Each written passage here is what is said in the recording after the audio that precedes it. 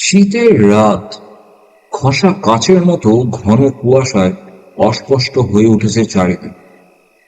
ছোট্ট স্টেশনটি এমনিতেই নির্জন থাকে, সে রাতে যেন আরো খাঁ খাঁ করছে।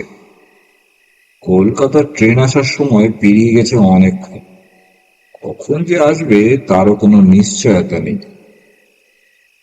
ওয়েটিং রুমের ঝুল জমা কড়িকাঠ থেকে ঝুলছিল একটি মাত্র নিরাবরণ বিদ্যুৎ বাতি। মিটমিটে আলোয় তার কালিমার ঘোমটা। বিলং দেয়ালে ঝুলছে ট্রেনে ভ্রমণ করার নিয়ম কানুন, যেখানে সেখানে থুতু না ফেলার বিজ্ঞপ্তি।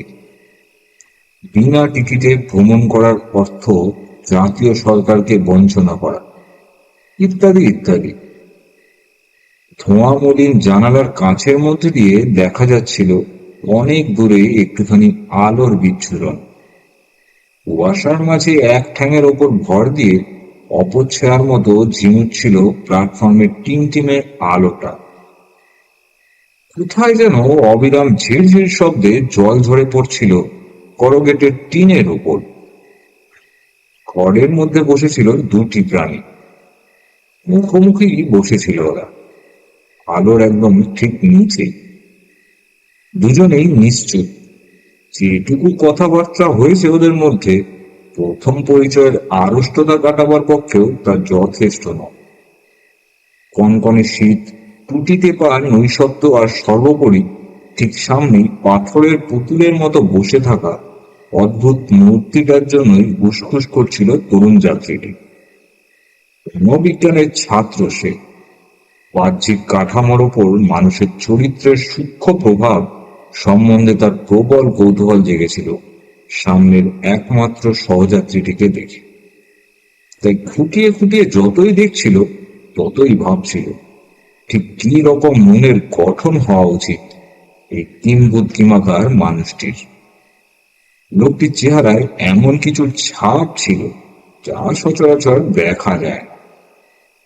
উচ্চতায় মাঝামাঝি, শীর্ণতার জন্য মনে হয় বুঝি আরো কয়েক ইঞ্চি বেশি। হাঁটু পর্যন্ত লম্বা কালো কুচকুচে একটা ওভারকোটে ঢাকা সমস্ত শরীরটা। এখানে সেখানে ধুলো কাদার দাগ, দু এক জায়গায় ছিঁড়েও গেছে। জুতো জোড়াও কাদায় মাখামাখি। গায়ের রং কালো নয়, বাদামিও, কেমন জানি ফ্যাকাশে ধূসর। তীক্ষ্ণ নাক, হারালো আর সুচালো ছিল। কালের বেজা ইঁচু হনু দুটোর প্রান্ত থেকে থুতনি পর্যন্ত নেমে এসছে কয়েকটি স্পষ্ট বলিরেখা। ফলে নিষ্ঠুর আর স্থায়ী এক হাসির অভিব্যক্তি ফুটে উঠেছিল তার মুখে। যদিও কোটরে বসা কঠিন কালো গ্রানাইটের মতো চোখের ভাষায় তার বাষ্পটুকু ছিল না। সবচেয়ে অদ্ভুত তার টুপি লাগানোর কায়দাটা। মাথার পেছন দিকে আঁটি করে বসানো ছিল কেল্ট হ্যাটটা।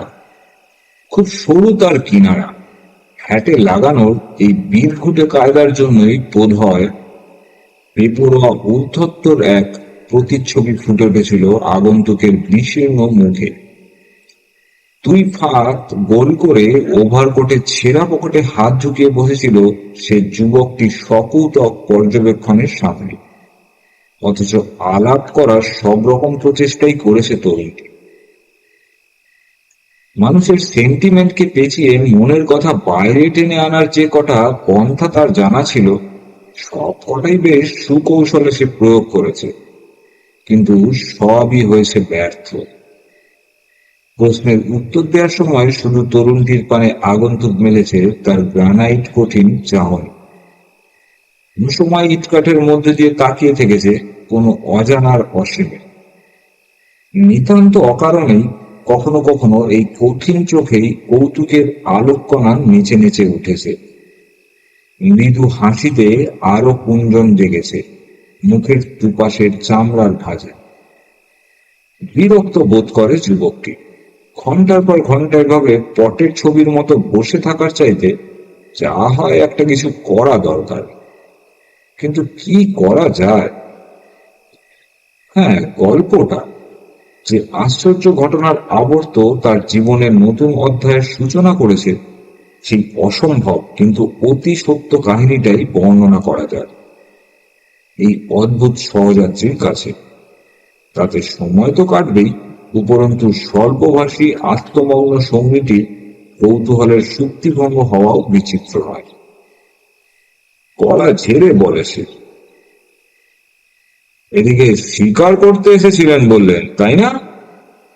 চকিতে চোখ তুলে তাকালো আগন্তুক।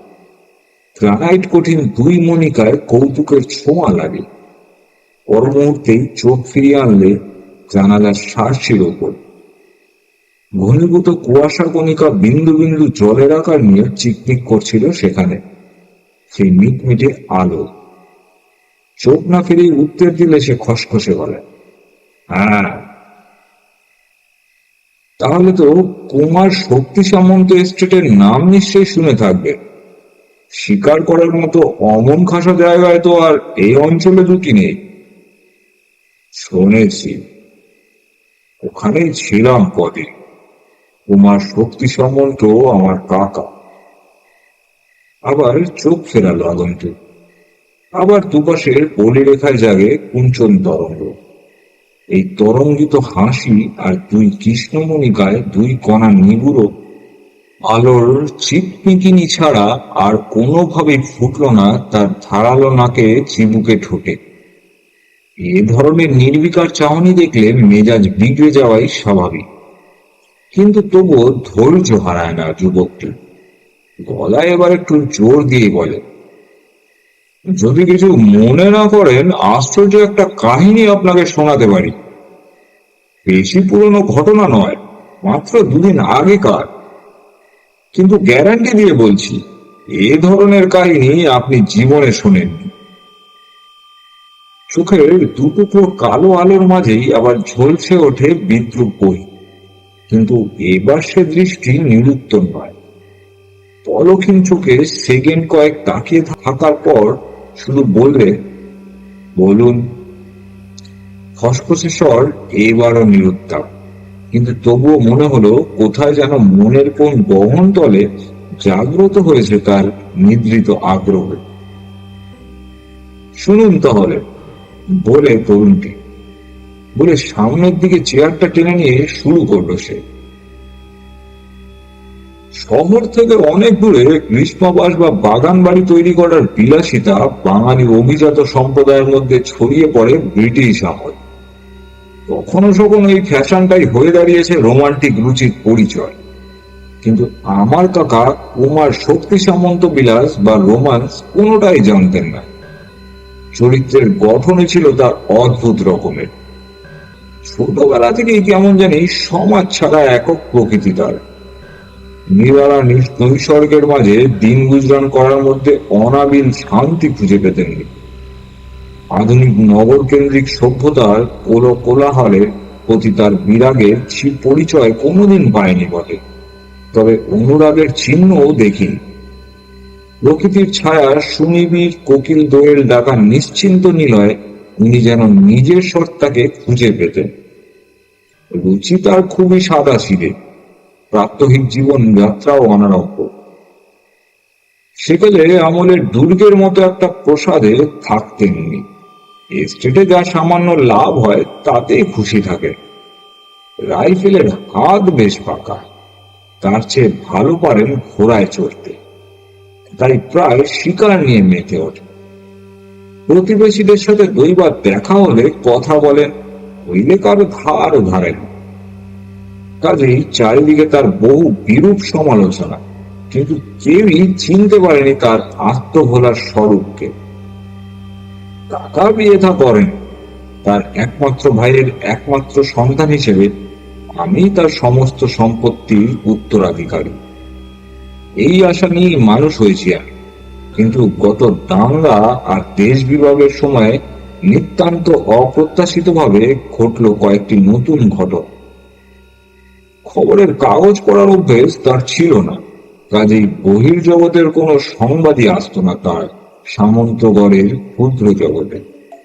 তাই একদিন স্থানীয় কয়েকজন মাতব্বর ব্যক্তি তাকে এসে যখন দু কথা শুনিয়ে জানালো যে বাংলোর এই দুদিনে এখন এইভাবে তার পক্ষে আত্মকেন্দ্রিক হয়ে বসে থাকার শোভা পায় না। তখন অপ্রস্তুত হয়ে মাথা টাথা চুলকে সেই দিনই একটা চিঠি ছেড়ে দিলেন পশ্চিমবঙ্গ সরকারকে। অনুরোধ জানালেন একজন উদ্বাস্তুকে তার এস্টেটে পাঠিয়ে দিতে, যার দেখাশোনা করার সমস্ত ভার তিনি নেবেন। এর বেশি আর কিছু তার মাথায় এলো না, এবং এলেও নিশ্চয়ই তা কাজে পরিণত করার মতো ঝামেলা তিনি পোহাতে চাইতেন না। ছিন্নমূল উদ্বাস্তুটি যুবতী এবং বোবা। সামন্ত ঘরে তার স্থায়ীভাবে বসবাসের সমস্ত ব্যবস্থা করেছিলেন কাকা। যুবতী হলেও নারী দেহের কোনো চটকই ছিল না মেয়েটির মাঝে।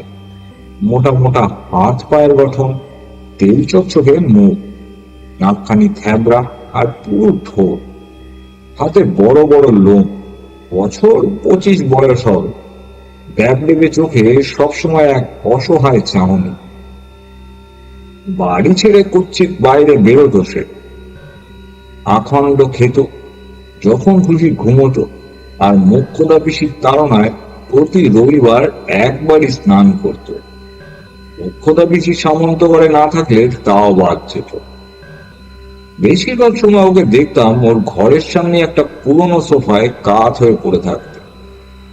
হাতে সর্বক্ষণই থাকতো সস্তা দরের একটা চটি নভেল। বইটার একটা কথাও সে পড়েছে কিনা সেই বিষয়ে আমার সন্দেহ আছে, কেননা একাধিক্রমে 11 বছর ঠিক ওই বইখানি আমি দেখেছি ওর হাতে। জড়বুদ্ধি প্রাণীর মতন নিজের মধ্যেই ও ডুবে থাকতো মাসের পর মাস, বছরের পর বছর। মেয়েটির প্রতি প্রথম প্রথম কাকার কোনো আগ্রহই ছিল না, বিতৃষ্ণাও ছিল না। সামন্তগড়ের আরো অনেকের সম্বন্ধে যেমন তিনি উদাসীন, ঠিক তেমনি ভাবেই অনাগ্রহ দৃষ্টিতে দেখতেন এই বিচিত্র সৃষ্টিটাকে। শুধু যা খাওয়ার সময় ওর মধ্যে প্রাণের একটু সাড়া পাওয়া যেত। দুই চোখে বোবা ক্ষুধা নিয়ে গোগ্রাসে গিলত যা পেত সামনে, তারপরে আবার যে কে সেই। ক্রমে ক্রমে লক্ষ্য করলাম কাকার নিরুৎসব দৃষ্টিভঙ্গি একটু একটু করে পাল্টে যাচ্ছে।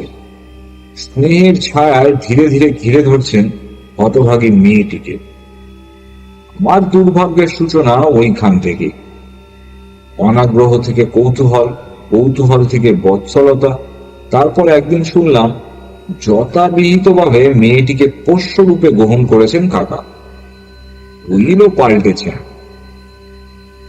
এইভাবে ভাগ্যের বিপাকে সম্পত্তি থেকে বঞ্চিত হলাম এমন একজনের আবির্ভাবে, যাকে দুবেলা দুবার খাওয়ার সময় ছাড়া মনুষ্য পদবাচ্যই করা চলে না। যেন নিদারুণ অভিমান হলেও নিয়মিত সামন্তগড়ে যাওয়া বন্ধ করলাম না। পাপার সাথে মাঝে মাঝেই শিকারে বেরোতাম, আর না হয় লাইব্রেরিতে বসে কেতাব নাড়াচাড়া করতাম। 3 দিন আগে এসেছিলাম সামন্তগড়ে, সপ্তাহখানেক থাকার ইচ্ছে নিয়ে। কাকাকে দেখলাম আগের মতোই, পরিপূর্ণ স্বাস্থ্য, দীর্ঘ উন্নত চেহারা, এত বয়সেও এখনো তিনি সুপুরুষ। উদ্বাস্তু মেয়েটির স্বাস্থ্য দেখলাম আগের চাইতে অনেক ভালো হয়েছে, আরো গোলাকার হয়ে উঠেছে তার মাংসপিণ্ডের মতো দেহকালী। যেদিন এসে পৌঁছলাম সেদিন রাত্রেই খাওয়ার টেবিলে সেই প্রথম লক্ষ্য করলাম কাকার কথাবার্তায় অন্যমনস্ক ভাব, চোখে মুখে বেশ কিছু চিন্তার ছাপ। হাসছেন, রসিকতা করছেন, কিন্তু তা যেন তার বিমর্ষতাকে ঢেকে রাখার ছদ্ম আবরণ। খাওয়া শেষ হলে বসবার ঘরে ডাকলেন। টাকার ধরন দেখেই বুঝলাম গুরুতর কিছু একটা ঘটেছে। বিপদে দিশেহারা হলে মানুষের স্বরে যেমন অসহায়তা ফুটে ওঠে, তেমনি সুর জীবনে সেই প্রথম শুনলাম কুমার শক্তি সামন্তের কণ্ঠে। কিছু কিছু এলাম ওর ঘরে। অট্টাসভা হলেও মিউজিয়াম বানিয়ে রেখেছিলেন কাকা। দেওয়ালে দেওয়ালে অবন্তি ম্যাপের ছড়াছড়ি, জন্তু জানোয়ারের মাথা আর চামড়ার সমাবেশ। এখানে সেখানে ছড়ানো গ্লাভস, জীবাশ্ম, কার্টিজ রাইফেল আর বন্দুক সাফ করার পাখির পালক। দরজা বন্ধ করে দিয়ে বললেন উনি, খোকা, বড় বিপদে পড়েছি রে। চোখে মুখে যথাসাধ্য সহানুভূতির চিহ্ন ফুটিয়ে তোলার চেষ্টা করলাম আমি। কাকা বলে চললে, গতকাল আমার এক রায়ত এসেছিল দেখা করতে। লোক ভালো, উত্তর পশ্চিম কোণে পাঁচিলের ওপাশের জমিটা নিয়েই সুখে আছে। ওর দুটো ভেড়া মারা গেছে গত দুরাতে। মরার ধরনটাই ওকে বড় ভাবিয়ে তুলেছে। ওর ধারণা কোনো বুড়ো জন্তু হাওয়া দেওয়া শুরু করেছে এই অঞ্চলে। একটু থমকালেন উনি। ভাবভঙ্গির মধ্যে একটু অস্বাভাবিক গাম্ভীর্য দেখে আমার বাড়াবাড়ি মনে হলো। সহজভাবে বললাম, কুকুর টুকুর হবে। আস্তে আস্তে মাথা নেড়ে বললেন কাকা, না তা নয়, কুকুরে মারা অনেক ভেড়া দেখেছে এই লোকটা। কুকুরের আক্রমণ পদ্ধতি হচ্ছে কোণের দিকে তাড়িয়ে নিয়ে গিয়ে আছড়ে কামড়ে রক্তারক্তি করে ফেলা। নিখুঁত হত্যা ওদের দ্বারা সম্ভব নয়, কিন্তু এই দুটো ভেড়ার মৃত্যু সেভাবে হয়নি। আমি নিজেই দেখতে গেছিলাম আজ। দেখলাম শরীরে আঁচড় কামড়ের চিহ্ন মাত্র নেই। দুটি কামড়ে দুটুকরো করে ফেলা হয়েছে। মরেছেও খোলা জায়গায়, খুনে তেন। সুতরাং এ কাজ কোনো জানোয়ারই যদি করে থাকে, তবে তাকে খুবই ধূর্ত আর শক্তিমান বলতে হবে। বললাম, কোন সার্কাস পার্টি থেকে কোন জানোয়ার টানোয়ার পালিয়ে এদিকে এসে পড়েনি তো? ও ধরনের কোনো পার্টি এ অঞ্চলে আসে না, তা তো তুই জানিস। আশেপাশে কোনো মেলাও হয় না। চুপ করে রইলাম। মনে মনে ভাবছিলাম, সামান্য দুটো ভেড়ার মৃত্যু নিয়ে কাকা যখন এতটা উতলা হয়েছেন, তখন নিশ্চয়ই গুরুতর কিছু কারণ আছে। আবার মুখ তুললেন কাকা। এবার একটু অনিচ্ছার সঙ্গেই বললেন, কাল রাতে আর একটা ভেড়া মরেছে, এবার চাপা ডাঙাতে, ঠিক ওইভাবে। সবটা অনেকটা ফিসফিসানির মতো শোনালো। একটু বিরক্ত হয়ে সমস্ত ব্যাপারটাকে লঘু করার প্রয়াস পেলাম। উনি কিন্তু বাধা দিয়ে বললেন, ধন্য ধন্য করে খোঁজা হয়েছে আজ সমস্ত জঙ্গলটা। নিশ্চয়ই পাননি কিছু? পায়ের চিহ্ন ছাড়া আর কিছুই না। কিসের পান? হঠাৎ যেন ঘোলাটে হয়ে উঠলো কাকার চোখ। দেওয়ালের দিকে তাকিয়ে খুব আস্তে আস্তে করে বললেন, শেষ। আবার নৈশব্দ নেমে আসে।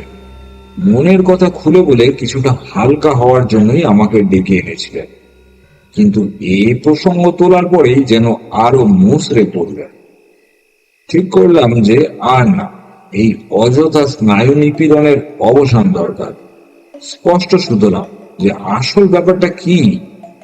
রায়তদের গোটা তিনেক ভেড়া মারা গেছে, এই বই তো নয়। আজ না হোক দুদিন পরে যেই মারুক না কেন ধরা সে পড়বে। তখন তাকে চাবুক পেটা করে চাঁদমারি প্র্যাকটিস করালেই মনের শান্তি পাওয়া যাবে। কিন্তু এই সামান্য ব্যাপার নিয়ে এখন থেকে মিছিমিছি মনের উদ্বেগ বানানোর কোনো মানে হয়? একদমই এতগুলো কথা বলে যখন থামলাম, কাকা কেমন জানি অদ্ভুত উদ্বিগ্ন চোখে আমার পানে তাকালেন। অদ্ভুত বললাম এই কারণে যে সে দৃষ্টিতে স্পষ্টই শঙ্কার সাথে মিশেছিল আবছা অপরাধের প্রতিচ্ছবি। আমারও ভুল হতে পারে। দুর্ধর্ষ দুরন্ত বেপরোয়া কাকার চোখে এই দৃষ্টির সাথে আমি একেবারেই অপরিচিত। কিন্তু উনি হঠাৎ ছিঁড়ে হয়ে বললেন, শোন তাহলে, সব কথাই বলি আজ। বছর 25 আগে গৃহস্থালী দেখাশোনা করার জন্য একজন মেয়ে মানুষকে রেখেছিলেন আমার কাকা। মেয়েটি যুবতী এবং সুন্দরী। আসামে তার জন্ম। বাংলাদেশে এসেছিল এক যাযাবর জলের সাথে মিশে।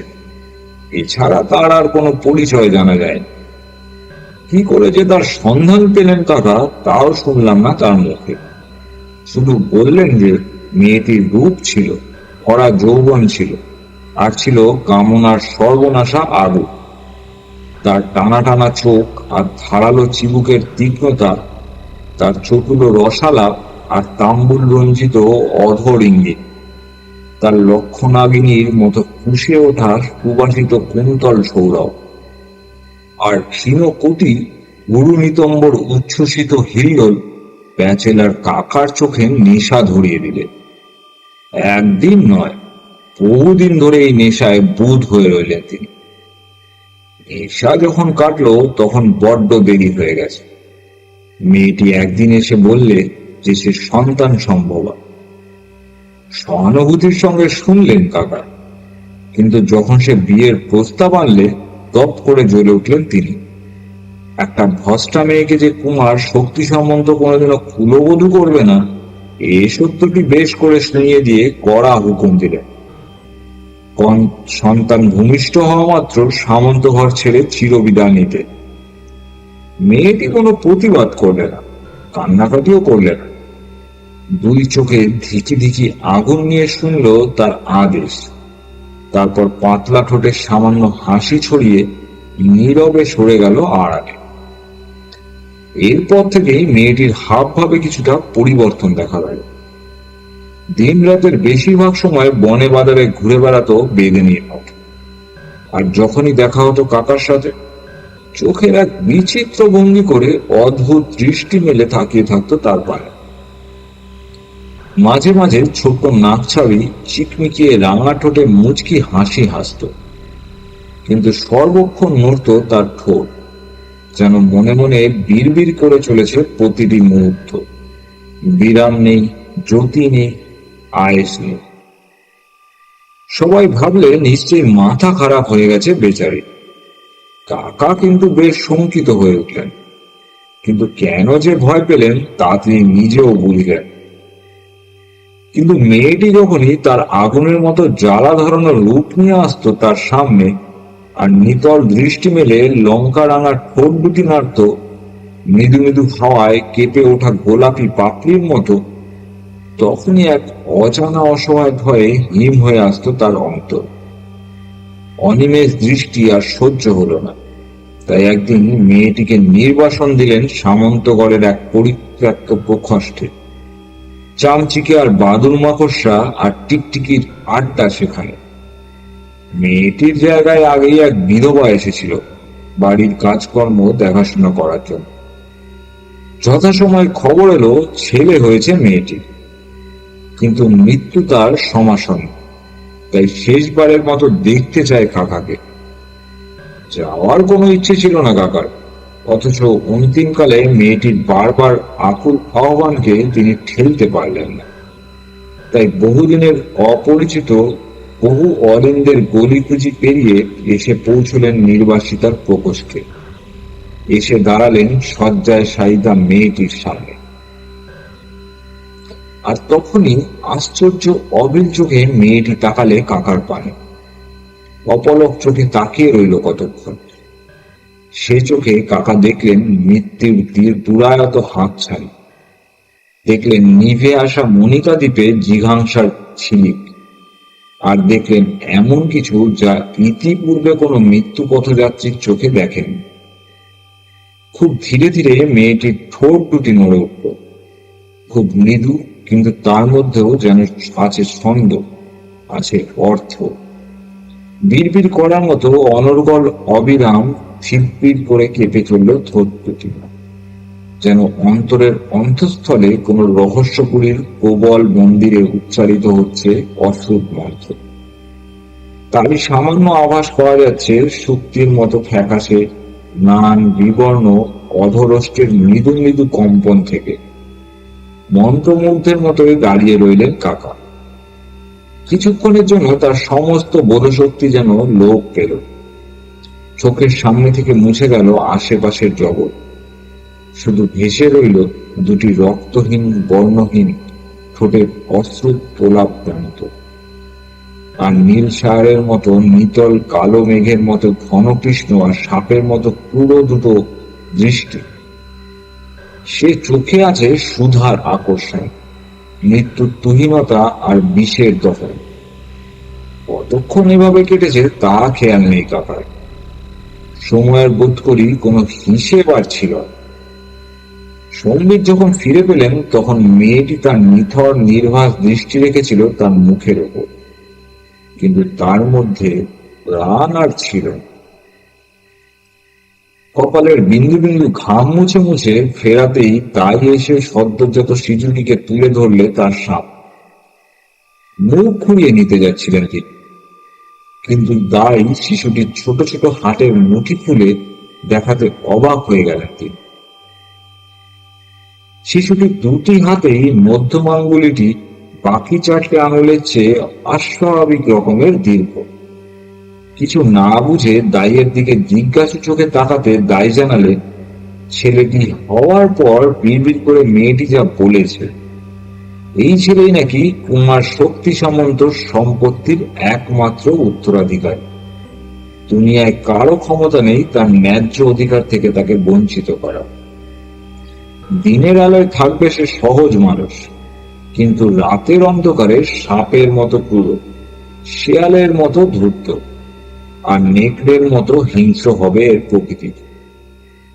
যে আসবে তার পাওনায় বখরা বসাতে, নেকড়ের মতো টুটি ছিঁড়ে তাকেই হত্যা করবে সে নিতান্ত অবহেলা। যে বঞ্চনার মধ্যে দিয়ে শেষ হয়ে গেল তার মায়ের জীবন, পুত্র এসে নেবে তার চরম প্রতিশোধ। তন্ময় হয়ে শুনছিলাম, কাহিনী শেষ হতেই শুধলাম না, ছেলেটাকে নিয়ে কি করলেন? ম্লান হাসলেন কাকা, বললেন, তুই যা ভাবছিস তা নয়। আমিও মানুষ, পশু পাখি হাসতে হাসতে হত্যা করতে পারি, কিন্তু নিজের। ক্ষণেক থামলেন, আরক্ত হয়ে উঠল তার মুখ।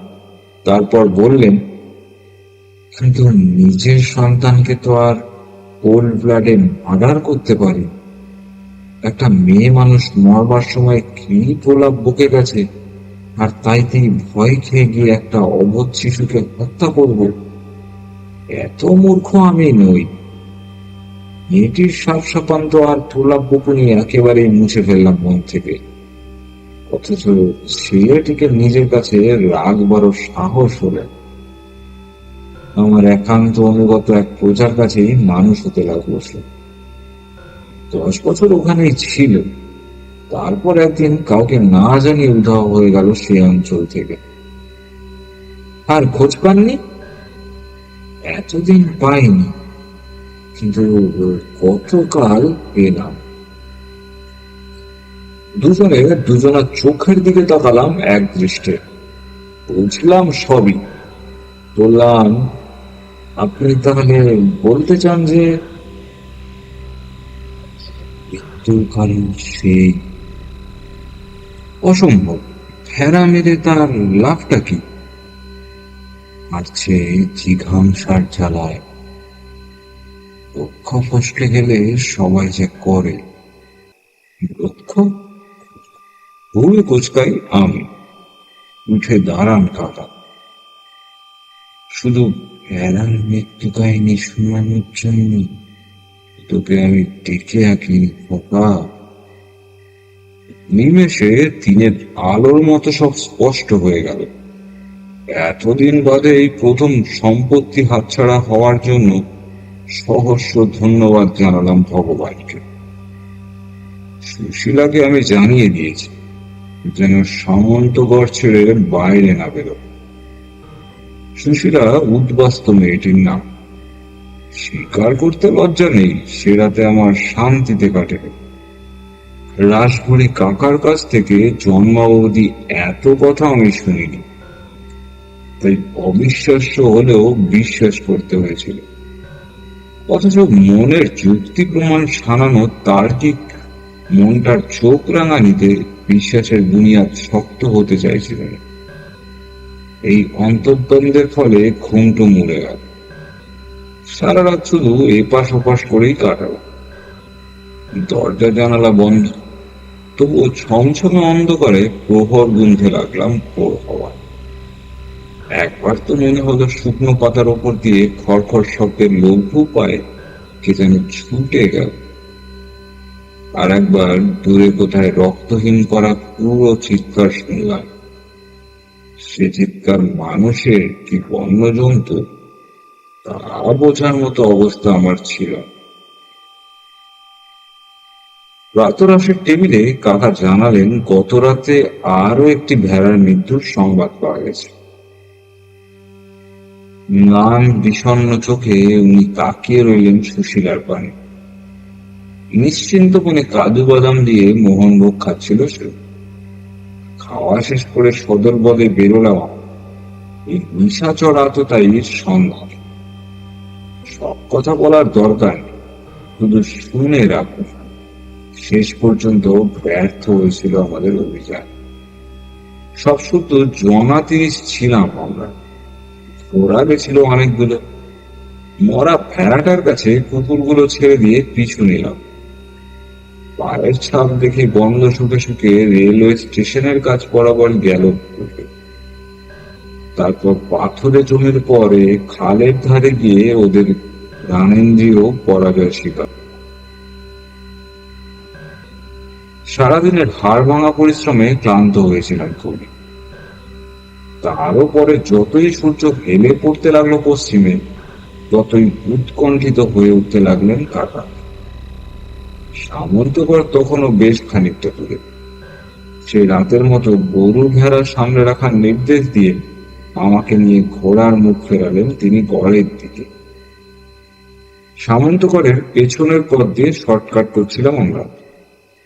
বড় বড় ঝাপসা গাছের তলায় ঝুপসি অন্ধকার, কাদা গাছ পেঁচে জমি, লম্বা লম্বা ভিজে ঘাস আর সোদা সোদা গন্ধ। লজ্জায় অরুন্ধতী তার ধূসর ঘুমটা টেনে নামিয়েছিল অনেকটা। দূরে প্রধান দেউলি দেখা যাচ্ছে গাছপালার ভাবে। আচমনিতে দুটি ঘোড়া একসাথে থমকে গিয়ে ঘাড় বিকিয়ে রইল ডান দিকে। ওইদিকে গাছের শ্রেণীর ওপাশে প্রধান সড়কটা চালু হয়ে নেমে গেছিল দেউলিতে। অস্ফুট ও চিৎকার করে উঠলেন কাকা।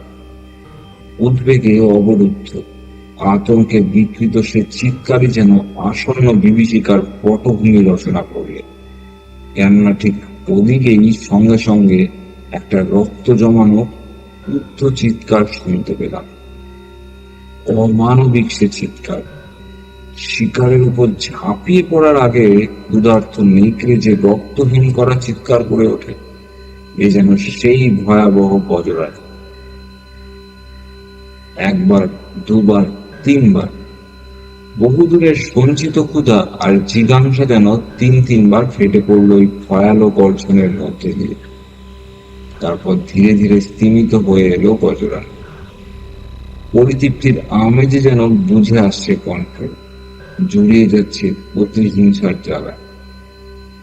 ঘনা আমার অন্ধকারে শিউরে উঠল সে শব্দে। তারপর সব চুপ।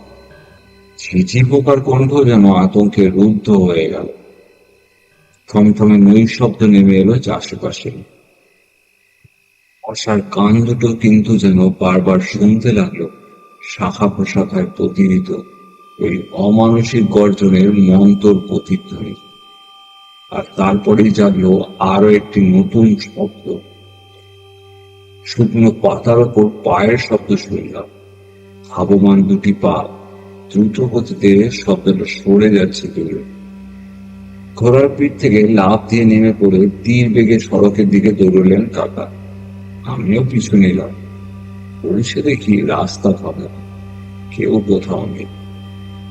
ফ্যাকাশে আলোয় সড়কের ওপর শুধু কালো মতো একটা বস্তু পড়ে থাকতে দেখলাম। চিরকাল সুশীলা আমার অন্তরে অনুকম্পা জাগিয়েছে।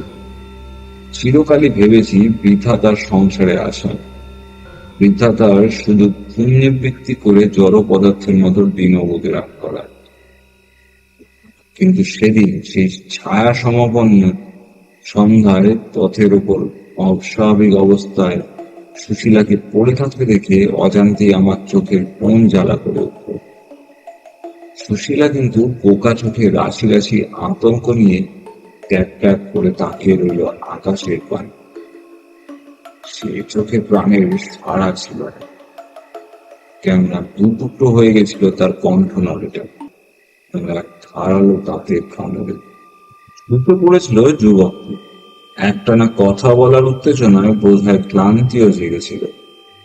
তাই হেলান দিয়ে বসে ফিকে হেসে বলল, সত্যি অলৌকিক, কি বলেন? কিন্তু বিশ্বাস করুন, একটা শব্দ আমি বানিয়ে বলি, এই কাহিনীর উপসংহারটাই কিন্তু সবচেয়ে মজা। সুশীলার মৃত্যুর পর কুমার শক্তি সামন্তর যাবতীয় সম্পত্তির একমাত্র উত্তরাধিকারী এখন আমি। আগন্তুকের ঠোঁট দুটি বেঁকে ভঙ্গিমায় সে হাসির মধ্যে কৌতুকের বাষ্পও ছিল না। আরো প্রকট হয়ে উঠল ঠোঁটের দুপাশের ঢলি রেখাগুলো, আর চকচক করে উঠল গ্রানাইট কঠিন চোখ দুটি।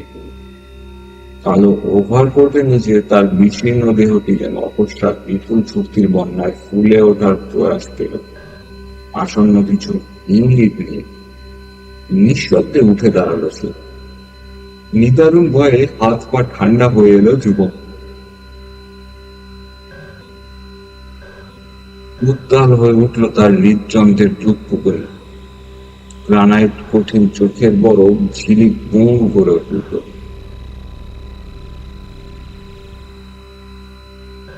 তার সর্ব অঙ্গ, আঙুল নাড়াবার ক্ষমতাও আর তার রইল না। অনু থেকে চিবুক পর্যন্ত চামড়ার ভাঁজে আরো কুঞ্চন লেগেছিল। আরো নিষ্ঠুর হয়ে উঠেছিল আগন্তুকের হাসি, ঝিকমিক করছিল তার ধারালো তুষারি দাঁত। আনন্দে আক্রোশে আশ্চর্য ভাবে দৌড়ে গেছিল তার সমস্ত মুখটা। আকস্মিক উল্লাসে যেন নীল শিখা নেচে উঠল তার দুই আগুন চোখে, আর সুতোর মতো লালার ধারা গড়িয়ে পড়ল ঠোঁটের কোণ দিয়ে। খুব আস্তে একটা হাত তুললে সে মাথার হ্যাটটাকে খোলার জন্য। সে হাতের মধ্যম আঙ্গুলিটি আর চারটে আঙুলের চেয়ে অস্বাভাবিক রকমের দীর্ঘ।